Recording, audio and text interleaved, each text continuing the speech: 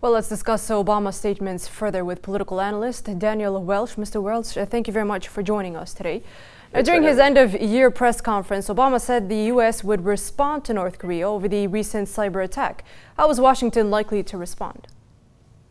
You know, they can do any number of things, pulling out of agreements or waging military exercises. You know, that's really beside the point. The real farce is why the U.S. should be in a position to respond to this. Look at what happened. This country is upset that Americans are making a joke out of blowing their leader's head off. How would it be if the shoe was on the other foot? If the North Koreans made a movie that was supposedly a comedy in which it was a joke to blow Obama's head off. And there's another point to this. The Americans have been doing this for decades, have launched hundreds of some successful, mostly unsuccessful assassination attempts against foreign leaders. So to then go and say this very well established pattern is just a joke and we can make a comedy about it is deeply offensive to huge parts of the world. And that they're sitting in this sealed chamber. They have no idea why that would make people angry. And North Korea has denied that it was even involved in the attack. Why does the U.S. insist that no one else was behind this?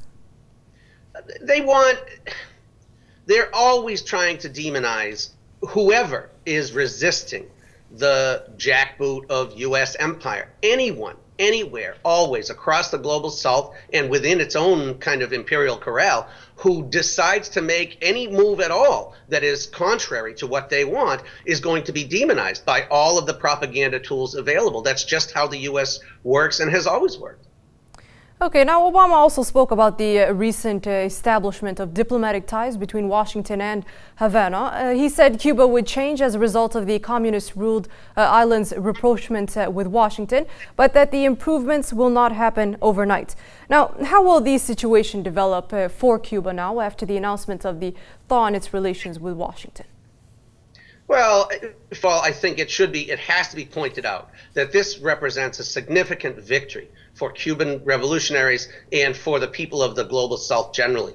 They had to change their tactic because they're losing influence and they're isolating themselves by having isolated Cuba. All across Latin America, people are starting to wake up and say that the people who have sent death squads against their people for the better part of 5 decades is not the people to listen to. So this is a tiny step in trying to regain some of that influence.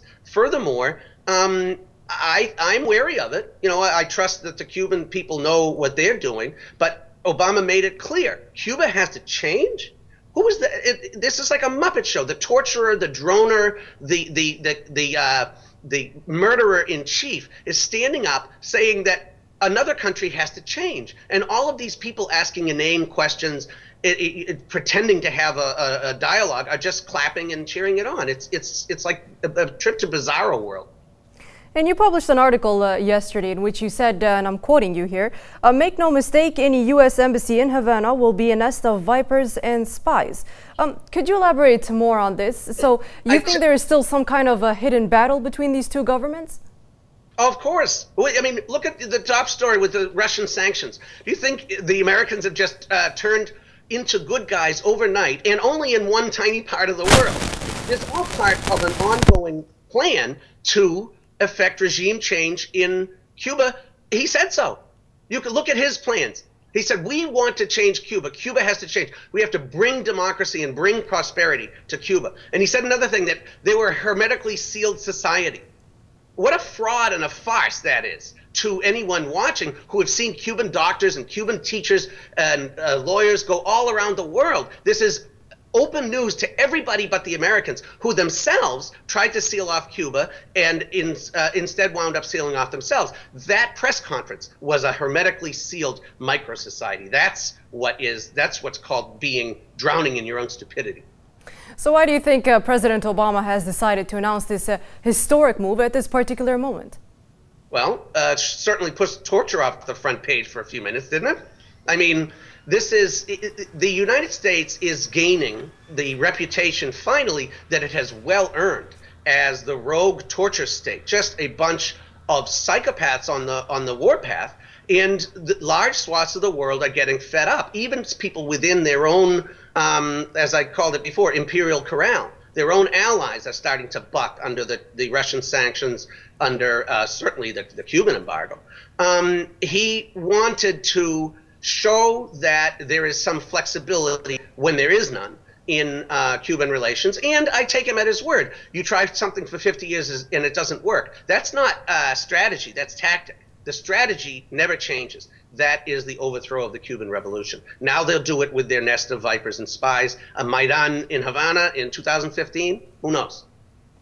So, okay, normalizing diplomatic ties is certainly a big step, but Obama has stopped short of announcing an end to the crippling economic sanctions on Cuba. Why is that? Well, he doesn't have the authority, flatly.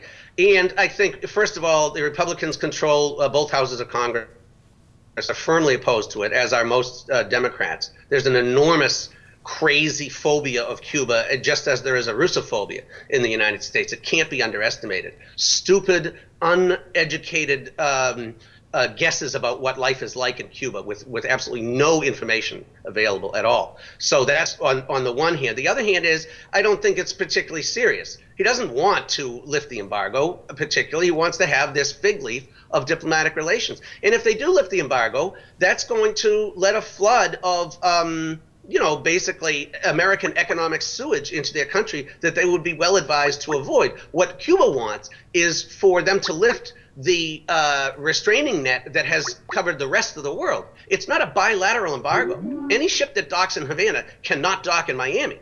And this has been the case all throughout the embargo. So they want it lifted so that they can trade with the rest of the world, which they would be completely happy with. They don't need trade with the United States. Okay, political analyst Mr. Daniel Welch, a pleasure to have you with us today. Thanks for having me.